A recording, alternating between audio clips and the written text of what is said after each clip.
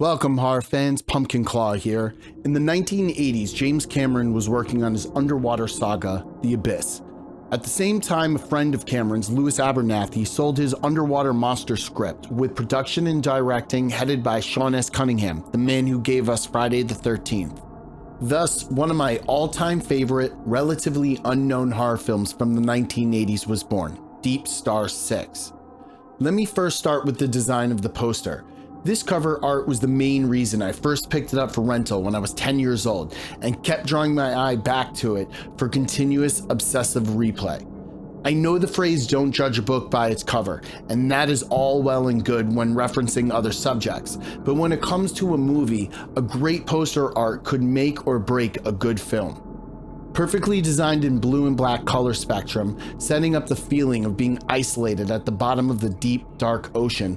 The blue wasn't too dark to muddy the images, making it unappealing, but dark enough that it made you understand that this was taking place far down out of reach from the light of the sun. Then you have the deep sea suit, cut in half with an empty, faceless stare, leaving you wondering what occurred to whoever was inside.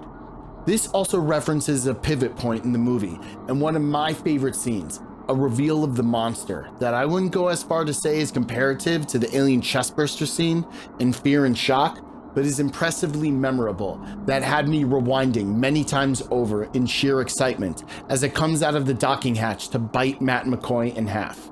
It is without a doubt a great 30-minute build-up to an unveiling that delivers in shock and delight, then entices you to hold on and wait to see what is going to happen next. Conventional in story, but just to be clear, I do not mean that as necessarily negative. Since the simplicity allows for deeper character interactions, implicit themes, and character development that makes a richer rollout of interactions, allowing a much more organic rationale for the characters' responses during points in the movie. For example, when the mechanic or do now man, played by the late Miguel Ferrer, commits a completely selfish and reprehensible act that puts some of the survivors at risk, almost killing everyone, is absolutely within sync of his portrayal. There are a series of events before this scene that culminated into a psychosis, combined with guilt commanding his actions. And since Miguel Ferrer is no stranger to being a largely disliked miscreant, it fits perfectly, adding to the thrilling dramatic buildup. The central character figures are standard love interests.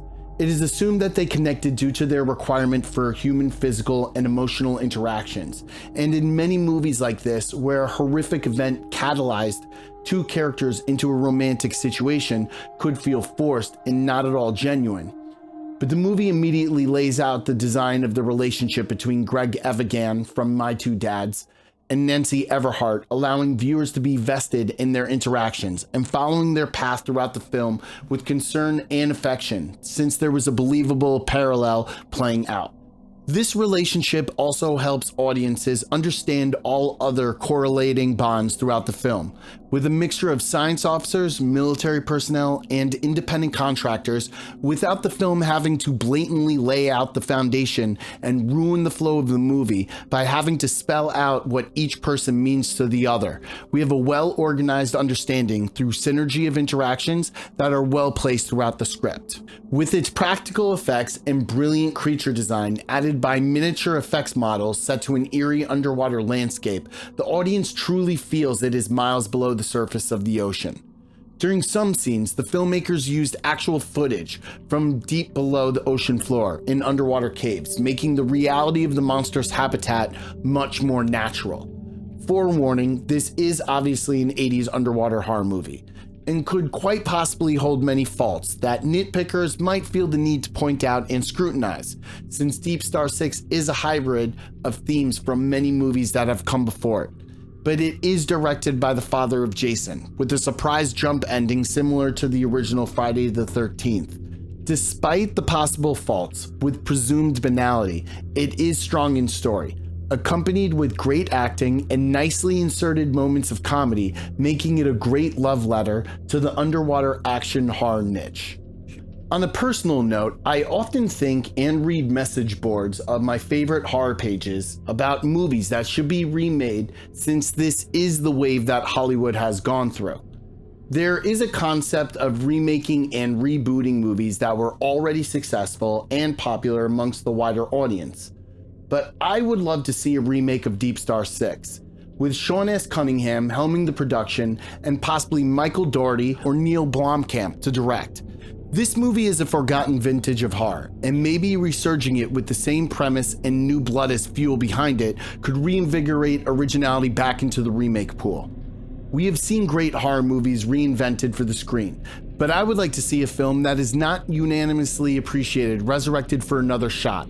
Who knows, maybe we will see a resurrection of underwater horror movies.